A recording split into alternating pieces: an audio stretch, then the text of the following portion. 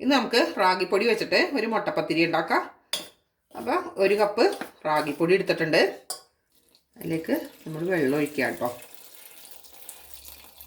ഇളം ചൂടുവെള്ളമാണ് ഞാൻ എടുത്തേക്കുന്നത്. ഒരു 10 മിനിറ്റും കൊണ്ട് മുട്ടപ്പത്തിരി ഉണ്ടാക്കുന്ന രീതിയിലാണ് ഞാൻ ഈ പൊടി കുഴച്ചെടുക്കുന്നത് കേട്ടോ. ഇനി 1.5 ടേബിൾ സ്പൂൺ പഞ്ചസാര ഒന്ന് ഇട്ട് കൊടുക്കാം. 1 ടീസ്പൂൺ ഈസ്റ്റ് ഇടാം. ഒരു കോഴിമുട്ട ചേർത്ത് കൊടുക്കാം. കുറച്ചും കൂടി വെള്ളം ചേർത്തിട്ട് നമ്മളിതൊന്ന് മിക്സിയിൽ അടിച്ചെടുക്കണം കേട്ടോ. ഉപ്പ് ഞാൻ ആദ്യം തന്നെ പൊടിയിൽ ചേർത്തിട്ടുണ്ടായിരുന്നു. ഇനി നമുക്ക് മിക്സിയിൽ അടിച്ചതിന് ശേഷം വെള്ളം എത്ര വേണമെന്ന് നോക്കിയിട്ട് ചേർക്കാൻ പാടുള്ളൂ.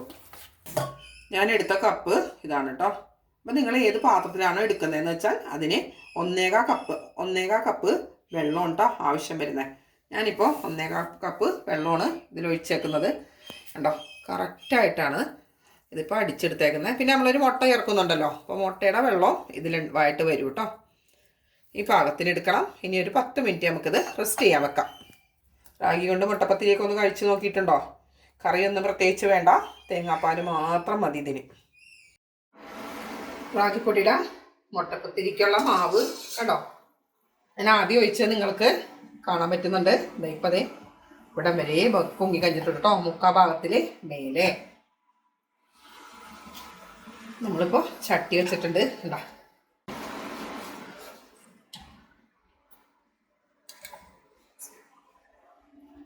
ഇനി നമ്മൾ എണ്ണയൊന്നും തൂക്കൂല, നേരെ പാനിലേക്ക് ഒഴിച്ചു കൊടുക്കാണ്.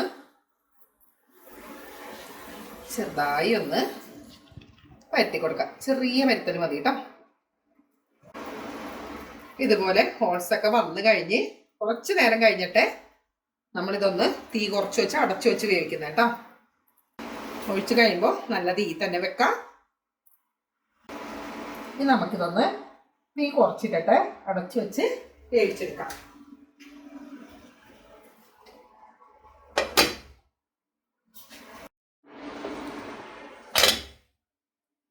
ഇത് നമ്മുടെ മുട്ടപ്പത്തിരി ഇപ്പം എടുക്കാം കേട്ടോ. റാഗിയുടെ മുട്ടപ്പത്തിരി കണ്ടോ, നല്ല ഓൾസൊക്കെ എടുത്താൽ നല്ല സ്മൂത്തായ മുട്ടപ്പത്തിരിയാണ് കേട്ടോ. ബാക്ക് വശമൊക്കെ നോക്കി നല്ല ചൂടാണ് കേട്ടോ മക്കളെ. ചൂടാറിയിട്ട് ഞാൻ കാണിച്ചു തരാം ബാക്ക് വശമൊക്കെ. അപ്പോൾ അടുത്തതും നമുക്ക് ഇതുപോലെ തന്നെ ഒന്ന് ഒഴിച്ചു കൊടുക്കാം.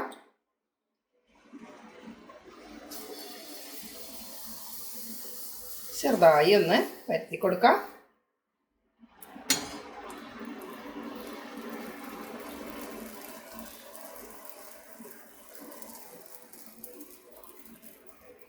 തീ കൂട്ടി വെക്കണം കേട്ടോ.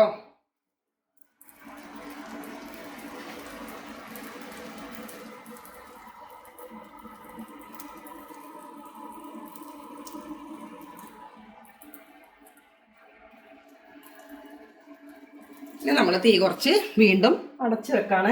അപ്പം ഇങ്ങനെ തന്നെയാണ് എല്ലാം ഉണ്ടാക്കിയെടുക്കുന്നത് കേട്ടോ.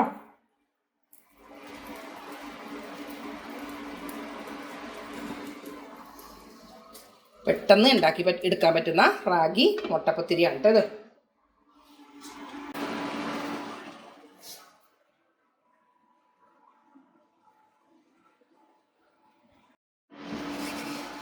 അതെ, അടുത്തത് എടുക്കാണ് കേട്ടോ.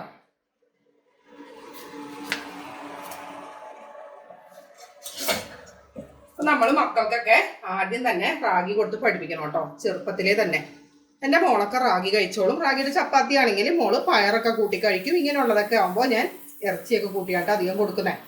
അപ്പോൾ നമ്മളെല്ലാം കൊടുത്ത് ശീലിപ്പിക്കണം. അങ്ങനെ ആയിക്കഴിയുമ്പോൾ അവരെല്ലാ സാധനങ്ങളും കഴിക്കാൻ തുടങ്ങും. എൻ്റെ മോളെ കൂടെ ഉണ്ടെന്നുണ്ടെങ്കിൽ ഇപ്പം എല്ലാ സാധനങ്ങളും ഉണ്ടാക്കുന്നത് വേഗം വേഗം തീർന്നോളൂ കേട്ടോ. അത്രയ്ക്ക് ഇഷ്ടമാണ് അവൾക്കിതെല്ലാം. മക്കളെല്ലാം കഴിക്കണമെന്നേ.